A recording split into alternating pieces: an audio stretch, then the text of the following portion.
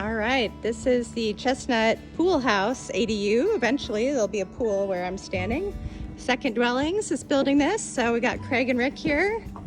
We got the big house right there, so we're kind of matching the style. It's going to be a big centaur door that folds open here and opens out flush to the deck.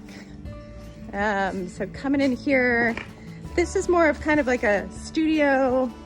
We've got a real nice heavily engineered window seat here, so there'll be a dining table at this window seat. Back behind Craig is going to be the bathroom.